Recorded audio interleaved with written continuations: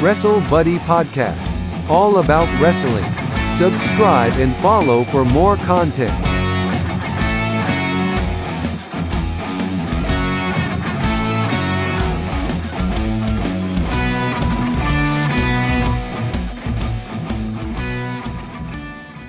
Welcome, Wrestle Buddies, to another exclusive interview. It's our Big Ten, and this is an hour-long interview that we get with the one and only Ricardo. I'm not going to try to stretch it out that far. Mr. Rodriguez, thank you for joining us today. I'm Wrestlebuddy Matt. This is Wrestlebuddy Steve. Hello. We both work for WrestleBuddy.com, and yeah, without further ado, Mr. Rodriguez, how are you doing today? I'm doing great. As we were talking about before we went, we started recording, it is freaking hot here. I just got out of the shower. This is like my fourth shower of the day. It gets super hot. I'm in Cairo, Egypt at the moment. And like I was saying earlier, it's like 40 something Celsius and it's like 110 Fahrenheit. So it's hot as hell down here. So like I said, this is like my fourth shower today, just to cool off. But other than that, I'm doing great, fantastic, alive. So that's always good. Yeah, it's always a plus, So you've been everywhere. You're mostly known for your time in WWE, but I'm going to run down a list of promotions that you've worked with. You've worked with branches of NWA. You've worked with MPW, IPW, SoCal Pro. And you were a pretty damn good heel in FCW. How was your time down in FCW? Dude, it was great. I got to work with a lot of folks that later on became major superstars, major players in pro wrestling, not just in WWE, but also now in AEW. Most notably, I used to wrestle a lot with the current chief of the table, Roman Reigns. Who back then was named Leaki. So I had many battles with him. About 2 or 3 of them were on TV. But yeah, we used to go back and forth for several months. He was a pleasure. My very first match in FCW was it was like a 10-man, and in that match, I believe was Bray Wyatt. Who was it? Bray Wyatt. Big E Langston was in it. Breeze, Tyler Breeze, and a bunch of other guys that later on became Miro. I think Miro was in it too. So that was my very first match in FCW. But like I had such a great time down there. There was so much like creative freedom to just kind of try stuff out, see what kind of works, and then we just kind of built it from there. But it was such an amazing experience being down there, and then with such amazing coaches like Norman Smiley, Ricky Steamboat, Dusty Rhodes. Steve Kerr and Bruce, Dr. Tom Pritchard, just to name a few. It was such an amazing experience. Like I said, in FCW, you were working as a heel. Is there any memorable feuds that you had down there while you were working your heel gimmick? I didn't really have feuds per se because I was already on the main roster when I went down to FCW. So I started backwards. I started on the main roster first, and then got sent down to developmental. I kind of got picked up along the way for the Alberto Del Rio character. So I got picked up on the road. And then eventually once I got signed and then I did my paperwork and the process and everything, then I got sent down to FCW. But I was rarely there because I was on the road. So I was there for maybe 2 days a week. On my days off from being on the road, I was in FCW. So like I said, I started backwards, which I know it rubbed a lot of people the wrong way, and people were too fond of me for that. But that's kind of how it went. So as far as feuds per se, I didn't really have feuds. Like I said, I worked with Richie Steamboat Jr., Ricky Steamboat. Richie. So excuse me, Richie, Ricky Steamboat Jr., which is Richie Steamboat. So I had several matches with him. Like I said, Roman Reigns. Those were, I guess, my 2 main ones that I used to wrestle a lot on TV and on the FCW live events. But other than that, like no real feuds because, like I said, I was already on the road. It wasn't me. No, it's him. It's Matt's on mute. Don't know what happened there. Don't know what happened there. My bad. Classic Zoom action. That's like classic Zoom. back to your time with Alberto Del Rio as his personal ring announcer, which was made very specific in a backstage promo with Vicky Guerrero. What was it like working with Alberto as his ring announcer and being in that landscape of WWE at that time? It was at first it was nerve-wracking because, like I said, I started backwards, so I didn't go through the process of developmental and all that other stuff. I just kind of got thrown in there. So learning, making mistakes, and then learning the hard way of what not to do, what to do, because nobody ever really told me exactly what to do or how to behave, or they just told me, hey, just do this, go do the ring announcing, but nobody ever told me how. So I just kind of made it up along the way. And then thankfully, as time went on, and they were very patient with me, and then it was, like I said, trial and error. I would do something and they wouldn't like it, so they're like, hey, don't do this again. Next week, try it this way, and let's see if it works. So they didn't necessarily tell me what to do, but they just kind of like guided me as I went on, and I kind of screwed up along the way. So that's kind of how I learned, and then how like the whole thing kind of came about. And it was just a matter of, like I said, trial and error. And it helped a lot that Alberto and myself were always together. We're always traveling. We're doing media together all the time. So we got to learn about each other. We got to learn each other's timing. We got to learn each other's mannerisms. And, we still help each other out. And then he was still rather new to the U.S., so he still had issues sometimes with English. He spoke English, but there were certain words that, and then I'm guilty of this too. There's because Spanish is my first language, and then there's still certain words I'm like, what the hell does that mean? So I have to ask somebody, and then they'll have to like translate it in simpler terms, and then I'll get it. So it was the same thing with Alberto. So we used to constantly go back and forth as far as that. Like he would ask me, hey, what does this mean? And I would tell him, especially when it came down to promos, they would tell him to say something, and then for him, like he had no word. So I would give him a synonym for that word, and we used to just kind of work together that way. But like I said, it just helps so much that we're always together, media, on the road, traveling, etc. And I think that honestly helped out with our on-screen chemistry. Being a big voice with a microphone in your hand, was there a big guiding hand to help you out with being in front of a crowd like that and like projecting yourself? No, honestly, like I said, not really. They just kind of said, hey, go introduce them. Because, and I've said this one in the past as well. When they had asked me about the gig, they approached me, and they had asked me if I had ever done ring announcing before. And I told them yes, which I totally BS'd it. I totally lied my ass off because I had never cut a promo in my life. In Independence, I was a big fan of Super Dragon, Loki, the Great Muta. So they never talked, or Loki rarely talked. So I just always wanted to be silent and just more aggressive and in the ring. So I never cut promos. So when they asked me if I'd ever done ring announcing, I was like, yeah, sure, of course, because why not? I didn't know what I was getting myself into at the time. So then when they kind of threw me into the Shark Tank, I kind of had to learn how to sink or swim. And then, like I said, I was a big fan of Lucha Libre, watching Lucha Libre as a kid when I was younger. And I would listen to the announcers or the commentary in AAA and how everything was over the top, and then especially like in football and soccer, the soccer commentators are so boom boom boom and loud, and we're noisy people. Latinos are noisy as hell. So I just kind of took that and just I figured, fuck it, and then it just kind of came about. It just came about. But like I said, as time went on, they just kind of told me, hey, don't do this time. Next week, try it this way. Then let's kind of see if it works out. But as far as us, kind of like molded me as I went along. So that immaculate entrance was all off the top of your head.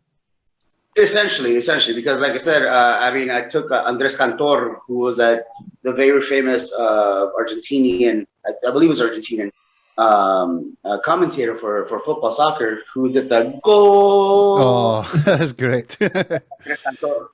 That's his name, was Andres Cantor, and he made that famous. So I kind of took that, the Alberto, the same deal, and then just added the little Latino flavor to it. And like I said, I mean, there was no real guidance of what they wanted. They just kind of molded me as I went along.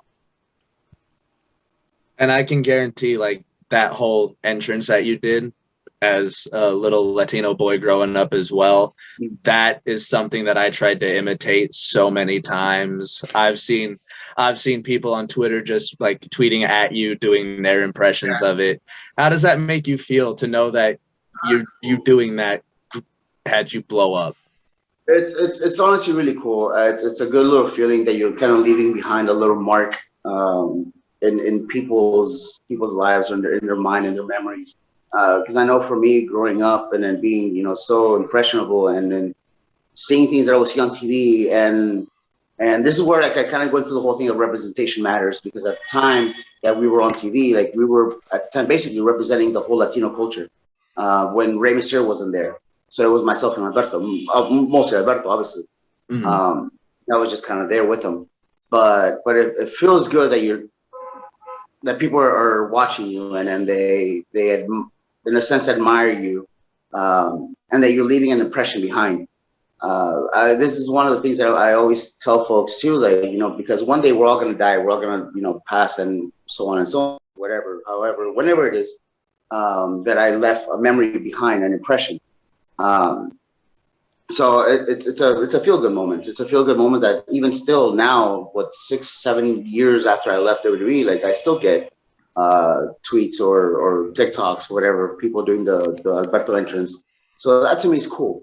Because like I said, after this whole time of not being on TV, not being around, you know, that kind of environment, that it's still there. So that to me is cool. You also had a very surprise Royal Rumble appearance where you were in the ring with Mick Foley and Santino Marella at the same time, right around the time they did their big Snake versus Sock Off. How was it entering the Royal Rumble and working with them? Well, for one, just to be a part of the Royal Rumble itself is awesome. Like that, because I didn't know about it until the day of.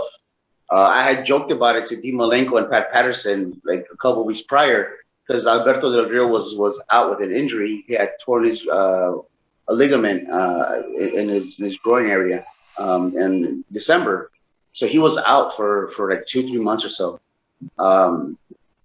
So just joking around with Dean Malenko and like Pat Patterson, I just said, hey, wouldn't it be funny if, you know, we play Alberto's music, but I come out.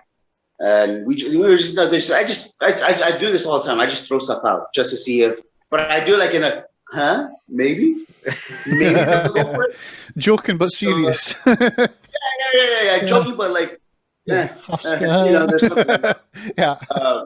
So I used to do that all the time, and I used to do that in FCW all the time because I wanted to wrestle. So I would just throw stuff constantly, and then just kind of see like if something would stick. So that was the same thing with this. Like I just said it jokingly, but like I said, it was in St. Louis, Missouri, for that Royal Rumble, and then I get to the arena, and Michael Hayes just approaches me, and he asked me if I saw my car, and I didn't know what he was talking about. I thought he was talking about my rental car. So then that's when he's like, "Hey, so nobody told you?" I was like, "No." So he's like, "You're in the Rumble." I was like, "Oh shit, that's cool." That's cool. Yeah, so I found out, and I found out who I was going to be in there with, and the ideas I kind of started going through, and then like I was in there with Cody Rhodes and Justin Gabriel, PJ Black, Mick Foley, obviously Santino.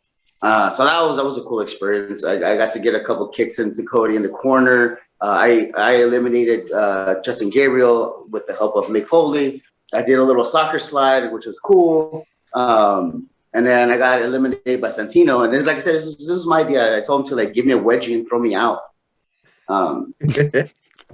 Yeah, and then after that, that's when Santino and Mick Foley did their sock serpents off thing. Yeah. A little bit after that, you did break away from Alberto Del Rio a little bit, and you started working with RVD. How was it? Because this was right after RVD came back for his little stint. How was it actually working with Rob Van Dam? I had worked with Rob actually prior to WWE. We were a part of his music video. This is when he was with TNA at the time, and they were filming the music video for his theme song. And actually, in that same music video, this is 2008, maybe, I think. I don't know the exact date, but I think it's like 2008. There was this in Burbank, California. Myself and Miro used to train together at Knox Pro, and we still do. We bump into each other quite a bit when it's cool. And at the time, Rikishi Gangrel, Orlando Jordan were the trainers. So RVD came in. He filmed his music video. So myself and Miro are both in it, which is actually kind of cool if you guys ever want to check it out. I believe the name of the band is Cushionator or Crushionator, and the song is The Whole Fucking Show. Yeah, I was about to say, is it the TNA Whole Effing Show theme? Yeah, it's that one. I didn't know you guys were in that music video. Yep, we're in that music video. So I'm wearing that Camaro outfit. So I'm the only one with the mask. And then you can see Miro's in there too. But he was Rob is like what you see on TV. He's chill, he's relaxed, he's chill, he's Rob. Like he would just come, say hello, stretch out, and then go away until it was time to do whatever we're supposed to do. So I didn't interact as much with Rob as I did with Alberto. But I mean, we also have to understand there were two completely different people. But it was still a pleasure to work with Rob on TV. So that to me was awesome because it kind of was like a cool little full circle that we worked together outside of WWE prior, and then we're working together again in WWE. So that to me was kind of cool. And to kind of finish off like the WWE based questions here, is there any fun stories that you maybe haven't told yet that you're willing to give to us? I have many stories, but I don't want to get anybody in trouble. You can anonymize them. Yeah. So that's gonna. I have to say those until the day the book comes out, whenever that is. Once I'm in on my I'm in like in my 70s and I'm all like iron sheiked out and stuff. I love that. Tweeting people you're gonna make them humble and everything, break their backs. But no, like by the way, I seriously love the Iron Sheik. Like we listen to that interview that he did with RF Video all the time. I still listen to it all the time. Yes, awesome. So we used to, like, anytime we were on the road, I guess this is a story. Anytime we're on the road, because I mean, I spent 4 or 5 years with Alberto straight. There's only so much. After a while, you just don't have anything to talk about, right? Especially when you're together all the freaking time. Mm-hmm. So whenever those moments will come, either we play some music or just on a random occasion we're somewhere and we have like a long drive and there's nothing, I would plug in my auxiliary cord and I would just play that interview. And then whether it was us two or we had somebody else with us in the car, we were always like, bust out laughing, and we always quoted the whole thing. That's so good. Is that the one when he's sorry? Is that the one when he's demanding his medicine and he sends people out to get his meds? Yeah. So good. Yeah, especially the part where he goes about Tito Santana. Tito Santana, you're a Mexican, better than nothing. So that we would always quote that. Oh, brilliant. Awesome. So that would always be like the little like breaker of silence when we were on the road.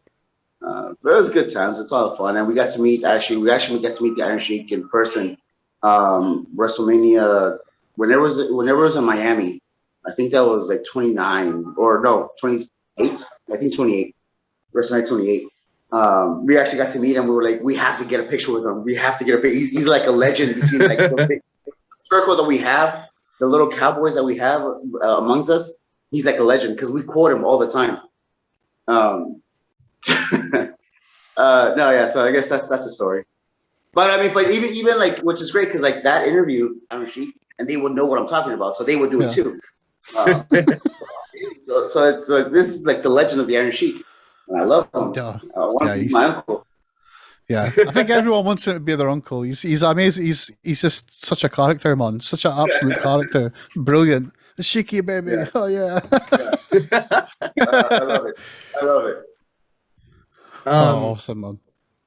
And the last WWE based question. Since you've left, you've also gone on to the Indies. You've done a bunch of other stuff. Like you said, you've been in Canada, England, and you've even opened a school out in Cairo, Egypt. How is how has leaving WWE like affected you in that landscape? I'll be honest. Like when I left, because and there's another thing. Like I was never fired. I left WWE. I put in my resignation. I didn't really put it in. I just one day I was like, I'm not going. And I called the office and I told them, hey, listen, I'm still at home. It's Monday. I'm not coming in. I want to say thank you, but I think I'm done. And this is when Mark Carrano was still around, and he had asked me if where I was. I was like, well, I'm still at home. I'm in bed, dude. This is already like 11 o'clock in the morning on a Monday. I was like, I'm still at home.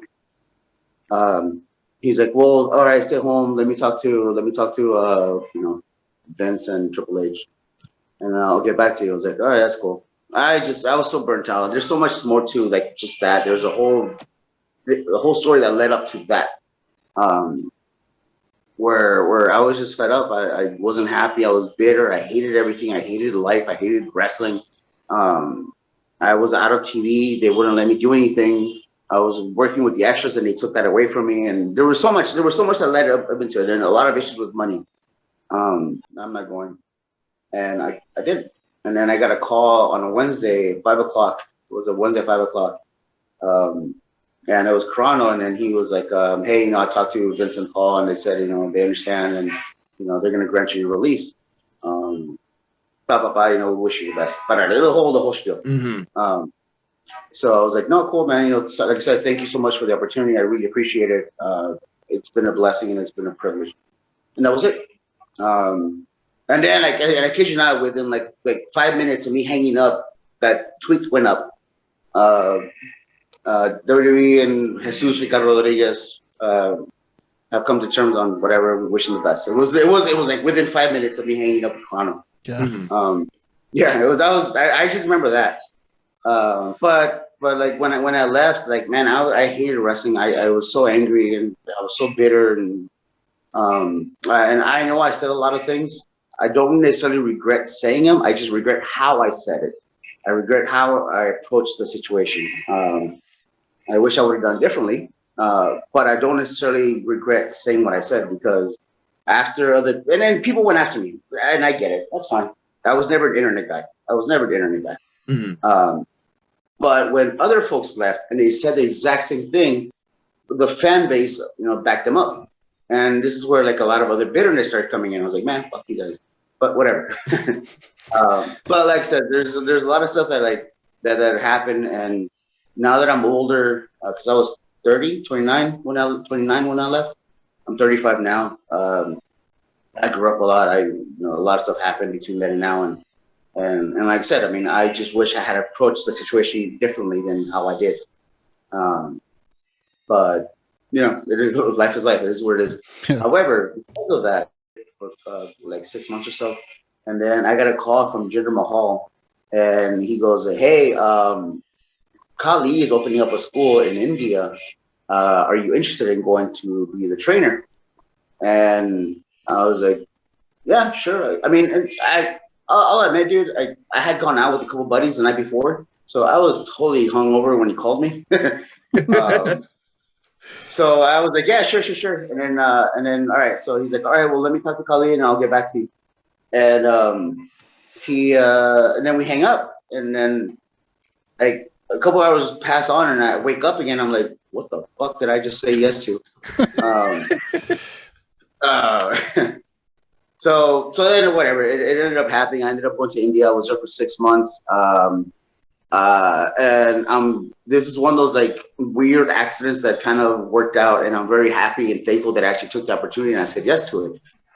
Because of that, there is now an independent scene in India. Either right now it's slow because of COVID, obviously, but there's an independent scene because we built that, and that's something that nobody can ever take away from me. Like, I built that.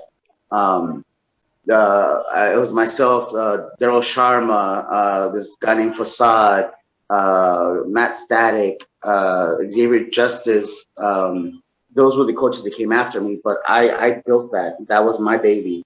And to see some of those guys on WWE TV or in NXT, that to me makes me super happy. To see that there's now an independent scene, that makes me happy, because those are the guys that we built and we created that whole staple.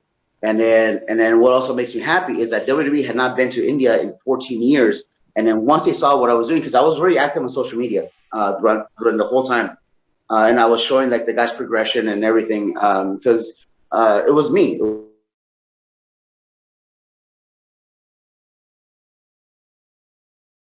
By the end of it, and it was just me. That's a lot of students. Yeah, no, but I mean, I know. Yeah. But we were training 6 days a week. We were training 6 days a week, and by like halfway through, I had enough of them already trained enough that they helped me out with the younger guys or the newer guys. So that helped out a lot. But I was in the ring from like 9 o'clock in the morning to like 10 o'clock at night. We had 3 classes. And so that was brutal, but it was a learning experience.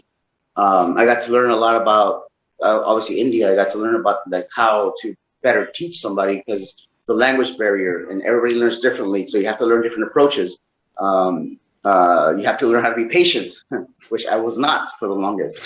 So, but I learned it there. And then by the time that we were done, like I said, WWE had not been there in 14 years, but because everything that I was posting, WWE went to India for the first time in 14 years.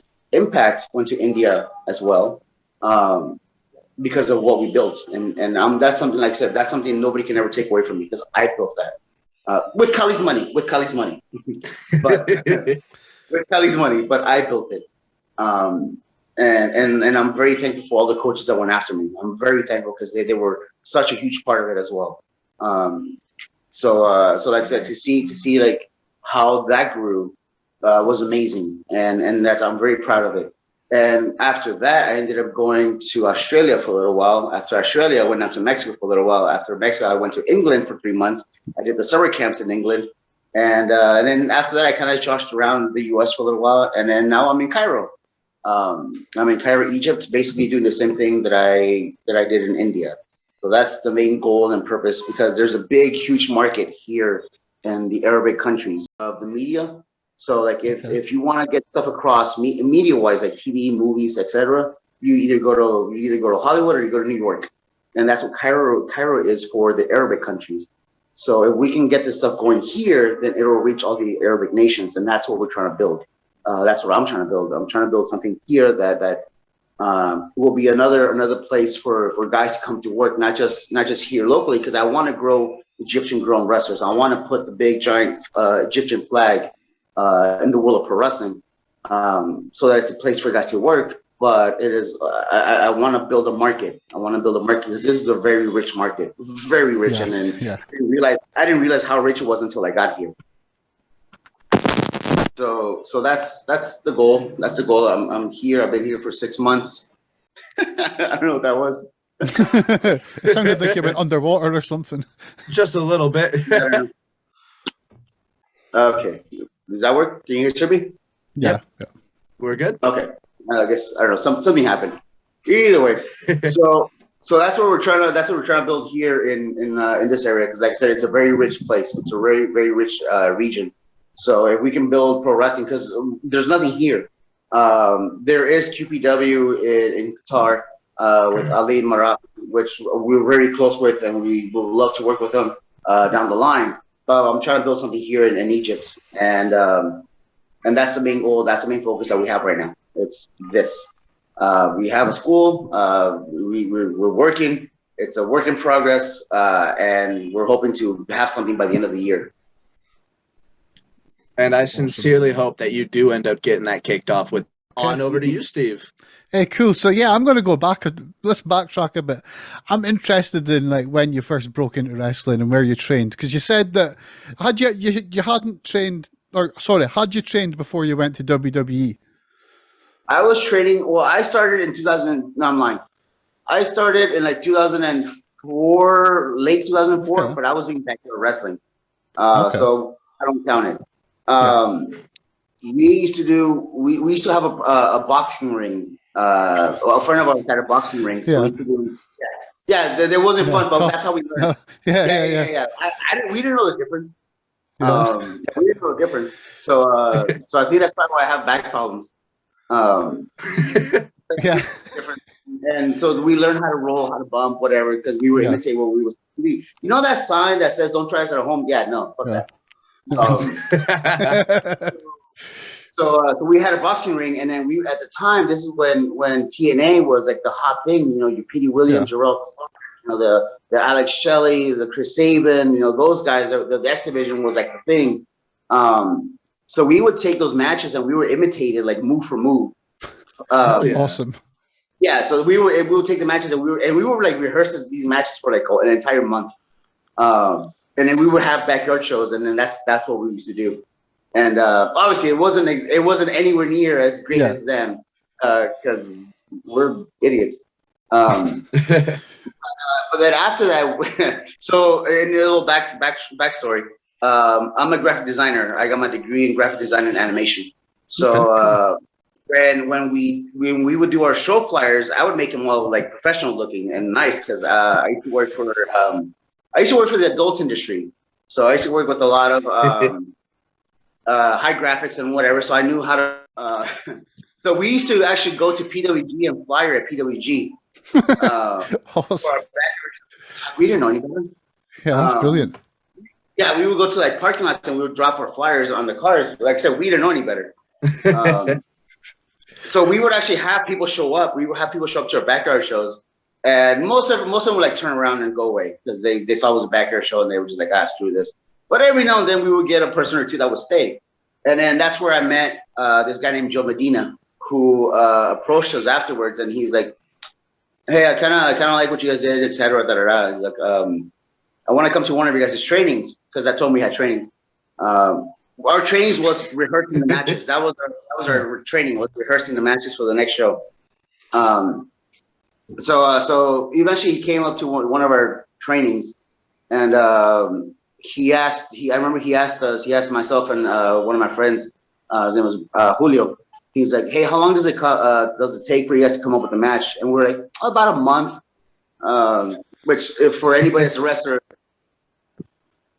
okay, well, can you do one now? And we're just like, what? What? So I got one of my other buddies. Julio, same thing. Like one that I had already wrestled, and I was like, "Hey, let's just redo the match." So we did. He enjoyed it, and he's like, "Hey, I have a show on Sunday. Do you guys want to be a part of it?" I was like, "Hey, yeah, of course." He's like, "All right, show up at at this time." He's like, "Cool, all right." So we get there, and we realize there's nobody there except just the ring truck. And it's a 2-story building, and we were the ring crew. Yeah. Oh. It's all corny shit. But hold on, it pays off. So we set up we didn't set it up. We just had to carry the ring upstairs, and then once Story of a building. it was some Elks Lodge. I don't know, some whatever. So that was that. We had like one other guy that was helping us too, and so whatever, we worked the match, whatever. And then he comes up to me afterwards. He's like, "Hey, if you want, have this guy who comes and he trains. His name is Latigo Blanco. He was on the show too. He introduced us to him. He's like, he'll train you guys. He's like, and the cool thing about Joe, like, he never charged us for training. He's like, if you want to just buy waters, just go stop by the store and buy like a case of waters, whatever. And then that's it. So that to me was always cool, that we never technically paid for it. We just pitched it. Yeah, we just pitched in a couple bucks for drinks and stuff. That's cool. So I learned lucha libre, like authentic lucha libre first. Nice. And this guy used to beat the living shit out of us. But honestly, like, in looking back now, I don't regret that style at all. I honestly don't, because it built us up, it built us strong. And that's the whole thing, that I don't want to piss off the internet, because I know how things are now. But I was okay with learning military style, basically. Are you hurt? No. Then get the fuck up. Do it again. So it's different times, whatever. Yeah. So I'm okay with like looking back now. I'm totally okay with that. He built it strong, and we used to like because he was actually a wrestler in like a shoot wrestler in Mexico, and apparently he was like a big shoot wrestler in Mexico. Yeah. Okay. So we used to always constantly like shoot like amateur. We used to actually like do freestyle or Greco or whatever after training sometimes, and I learned a lot from him. And then he knew they're gonna try and take advantage of you guys. You have to learn how to defend yourselves. So he taught us how to defend ourselves. And I was, if you ever like see me in person, I'm taller than people think I am. I'm almost 6 feet tall. I'm 6 feet tall, basically. So I'm tall for Mexican standards. So if you put me, I'm tall for Mexican and a lot of indie standards. So people didn't always necessarily pick on me, but you occasionally had a veteran or two that would try and take advantage. So I would just take them down. What I'm saying is like that was one thing my trainers used to always tell us, like just be careful. There will be people that are going to try to take advantage of you because you're new. Yeah. Learn how to defend yourselves. So that's still something to this day that I try and teach my kids. It's a little bit like a shoot, just how to protect yourselves. Because I've seen it, and I'm sure we've all seen it. Like these vets, or these vets that have never done anything. They've been around for forever, but never went anywhere, and they think they're like the king of the castle. I've seen those guys so many times. I've seen that type of person so many times. They try and take advantage of the younger guys. Yeah. And the younger guy doesn't know any better. Yeah. Because they're just, they're paying their dues. Yeah.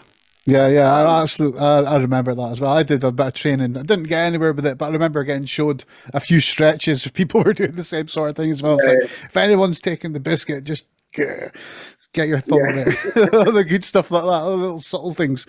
But that's really cool. Like, so how did it progress through to Rikishi's school? Like, when did that come along? Well, after a while, my trainer, once I got my blessing from my trainer to like, he basically gave me the blessing to go train somewhere else if I wanted. Because in my head, in Southern California, I figured everybody knew lucha. In my head, I didn't know any better. So I had a match with somebody, and I got dropped many different times because the guy didn't know lucha. Yeah. But I didn't know any better. I just knew lucha libre. Yeah. So I ended up meeting, and I forget the timeline, the exact timeline, but I ended up meeting these guys from PWG. They used to wrestle as Los Luchas, Phoenix Stars, Zocre, and this guy named Nemesis. So I ended up meeting them, and they helped me out how to transition from Lucha Mexican to Lucha American to American. So I started going with them, and then I would go to my trainer. I would go to him on one day. Like let's say Monday. I would go to him Monday. I would go to Los Luchas on Tuesdays. I would go to this other place on Wednesdays. I would go to gymnastics for tumbling on Thursdays, and then Friday, Saturday, Sunday I was wrestling. But this is after I got my blessing from my trainer, so that I can go and explore. So I was able to transition that way from Mexican lucha to Lucha American to American. Yeah. And that took a while. That took a while. How did you find the switch? That's exactly what I was thinking there. How did you find that switch from working one side to having to work the other? It's like learning a new language, but with similar basics. It's kind of like if you wanted to learn, let's say, I don't know, I wanted to learn Portuguese, but I already know Spanish. It's the same thing, just different. You just gotta switch things, sort of. Yeah. It took a little while, but I mean, it was fun. It was a good experience and something I'm thankful because now if I wanted to, I can go to Mexico and I can wrestle Mexican style, or I can go to the UK and I can wrestle UK style, or I was on the Indies for about 4 years, and 2 years prior to me signing, I met up with this guy named Reno, who is family with Rikishi. And he's, an actual, part of the Samoan family, Reno Anawai. And I ended up meeting with him. I met up with Gangrel, and then I met up with Rikishi, and then I ended up training at Rikishi school. And because like I said, because I'm a graphic designer, basically my trade-off with them was I would make all their graphics for all their stuff. And then I could come in for training. So I got really lucky when it came to that. There was always some kind of a barter system that I always had with folks. So that was like the deal that I had with them was I would make all their graphic stuff. They did like a tour with like Hogan and Flair in Australia, and I did all their graphics. Nice. Yeah, so I didn't get to go, but I did all the graphics. But that was my trading system with them. Like I did all the graphics, and then I could train it for free. So then we ended up, like I said, like we ended up getting our tryout in 2010. It was August 10th, I believe. Okay. I believe August 10th in 2010. We did our tryout at the Staples Center. And it just kind of went from there. Both myself and Miro got hired the same day. And the rest is history, as they say. Yeah. Miro's 3 years. I'm in Cairo. We still see each other whenever I'm in LA. I still see him when we go training. I just saw him actually, 2 weeks ago? We were training together. Cool. So yeah, so I'm happy for him. I'm happy for what he's doing. Nice one. I've known him basically his whole entire career. Yeah. So same time, like trained with Miro before he went, even within WWE system and before that. So no, that's really cool. So well, he took a little longer because of his visa. So like I said, I got hired on the spot. We both got hired on the spot, but I got hired on the spot for the Ricardo role. He went through the developmental system, and then he built himself up from there, which is great. And like I said, he became who he is, and then he's doing a hell of a job in AEW right now, and I'm super happy for him. Yeah, he's doing awesome just now. He's doing really cool. So when you were at WWE, how did you find going to training at FCW and stuff like that? Was that a vastly different experience from the indie training, like Rikishi's school, or was that just a whole different ballgame? Well, like I said, I didn't get to go to training much because I was only home for 2 days. And Wednesdays was promo day, so we would always land on Wednesdays. And depending on what time we got there, we would have to go and check in to FCW, especially me because I was still technically mental, even though I was never there. Yeah. So I would have to go check in. If they were still doing promos by the time I got there, I would have to do a promo. And then Thursdays they would do TV shows. That's when they would record their TV shows. And then Sundays I was out. I was off. I was on the road. So I was only there 2 days. Yeah. So there would be times where I would ask if I could come in early on Thursdays before they started setting up for TV. And I would grab somebody. I would ask like Woods, for instance. He was like my favorite. I would ask Woods. I was like, hey, would you mind coming in? I just want to roll around. I miss wrestling. I don't get to wrestle. I miss wrestling. Yeah. So like he would come in. Some of the guys would come in every now and then. Like Norman Smiley would like help me out. Oh, cool. So that was like I was never really there for training. Very rarely. Yeah. Okay. Very rarely. Okay. Cool. So like, whilst you were learning, coming up through the business, who were your favorite? Coaches. Who was your favorite coach? Trainers. Yeah. That's all right. To me, they all had something special about each one individually. Yeah. Dr. Tom had this little swag when he talked, and I always liked that. Maybe it's his southern accent. I don't know. It's just he has his way of talking when he talks to you, and it's so captivating. Ricky Steamboat is a hell of a storyteller when he talks to you. He tells you a story. It could be a story of like he could tell you that he went to the store to buy milk, but he'll make a whole story out of it. And to me, that was always great. Me personally, because I'm a big fan of pure wrestling, and I've always been a fan of pure wrestling. Was Norman Smiley. I would stick to him. The days that I would go to training and then I would happen to be at training, they never told me which coach to go to. I would just directly go to Norman, and nobody ever told me yes or no. I would just go straight to Norman. And we used to play this little game of horse almost. I don't know if you guys are familiar with the game of horse, the basketball one. Yeah. So we used to play a game of horse, but with submissions. But it was like an unofficial fun.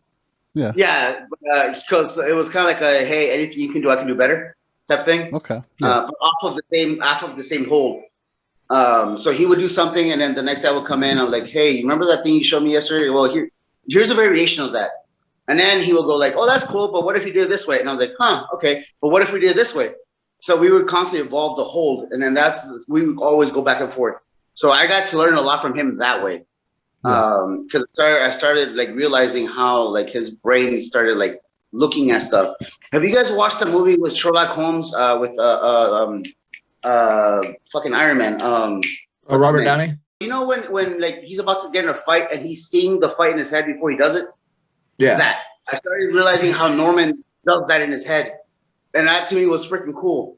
And at least that's what I imagined. That's what I imagine goes on in his head when he sees something. He's looking at it before he does it. So I started trying to apply that and then trying to see if I can do the same. And I don't know, I mean, it's silly, but I mean, to me, it actually kind of works.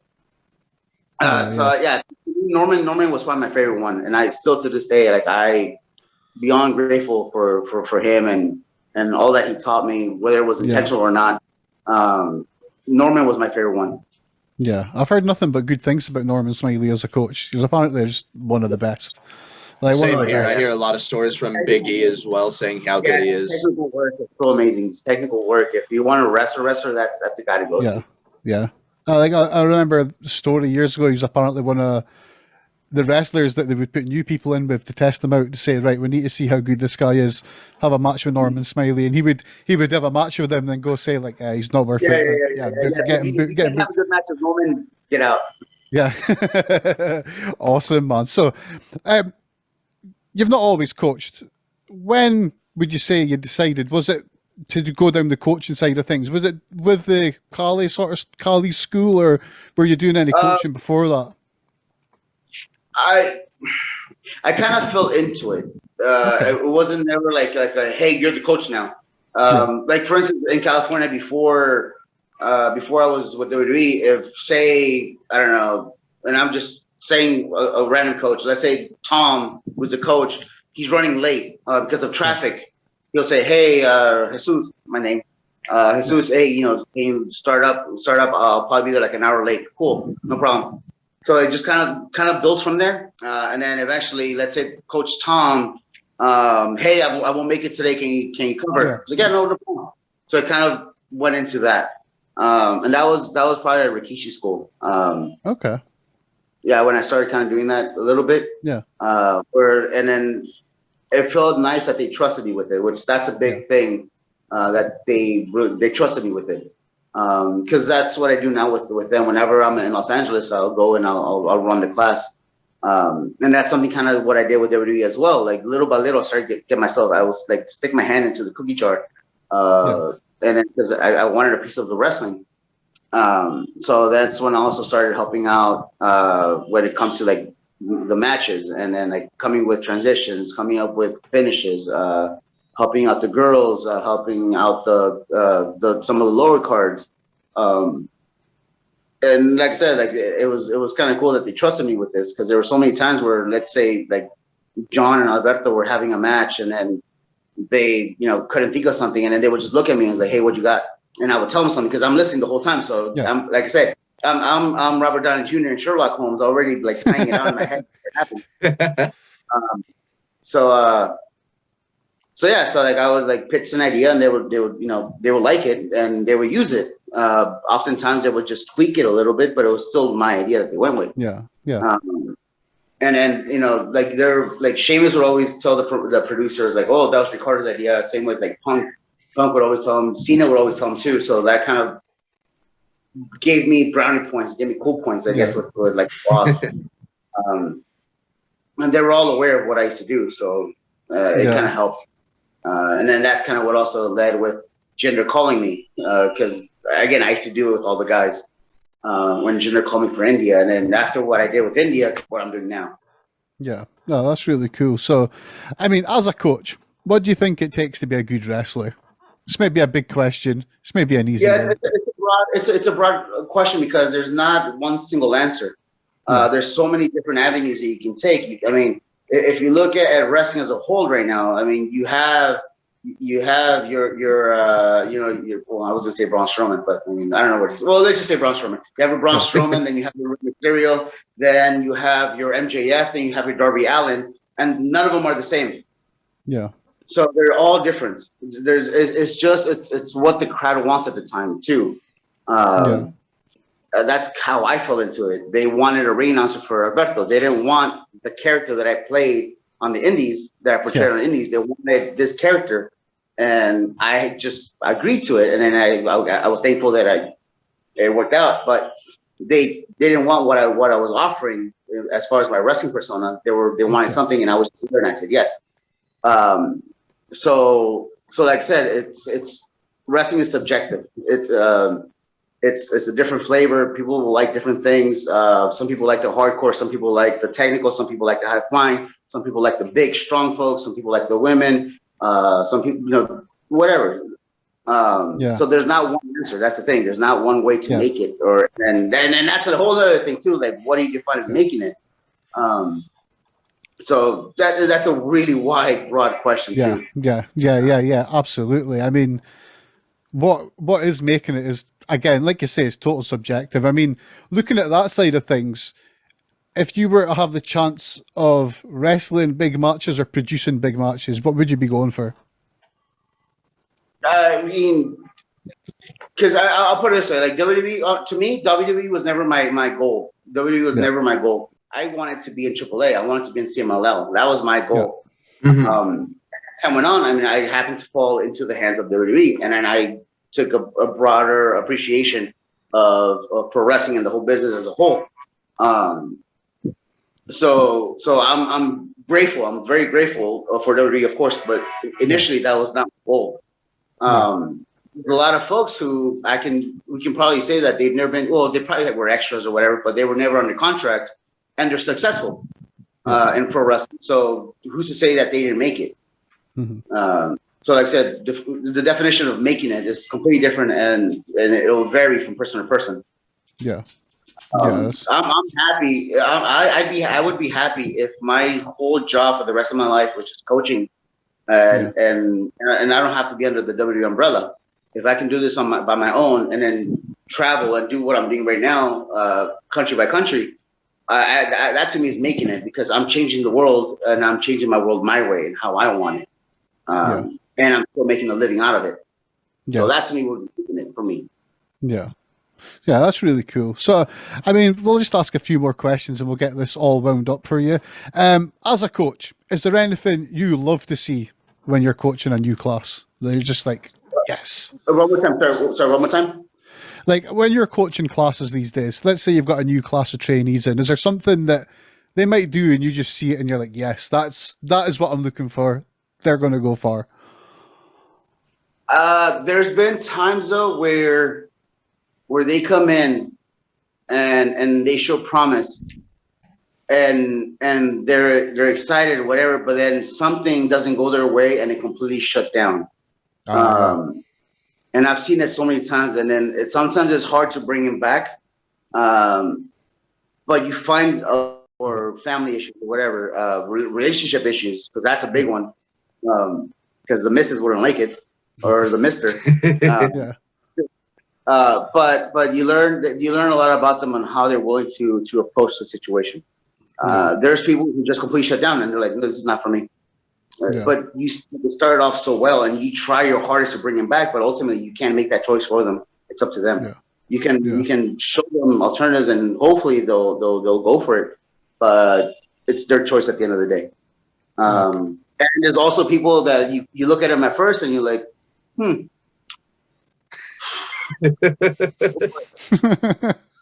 but as time goes on, they surprise you, and then they pick it up, they get it, and I've been proven wrong so many times.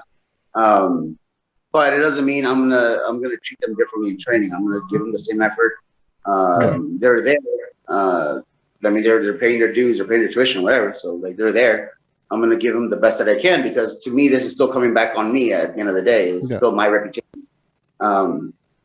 So I'll give them the best. So as far as like, is there something in particular? Yes, sometimes, but I've been proven wrong on both sides of the spectrum on that thing. on that end. Yeah. So it's just a matter of going. Like for instance, right now, there's this kid in the U.S. Who's an old student of mine. He goes by the name of Robert Martyr. He started when he was like 14, and I was his first coach. And when I left that school a couple of years ago, I handed the school over to Mecca Wolf, and I knew Martyr was going to be fine with him. And right now he's killing it. Robert Martyr is like all over the northeast Florida.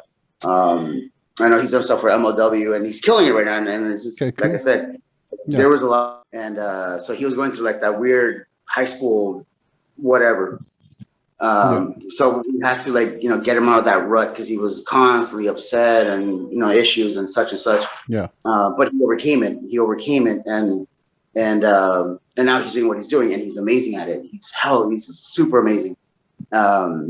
So we have that side, and on the other side, I've also had guys that come in strong, and you're like, cool, yeah, we can do something with them, and then something happens, and then just like, nope, I'm out. And he's like, yeah. Yeah, bash their head, taking a back roll. They're like, that's it, I'm done. First bang in the head, done.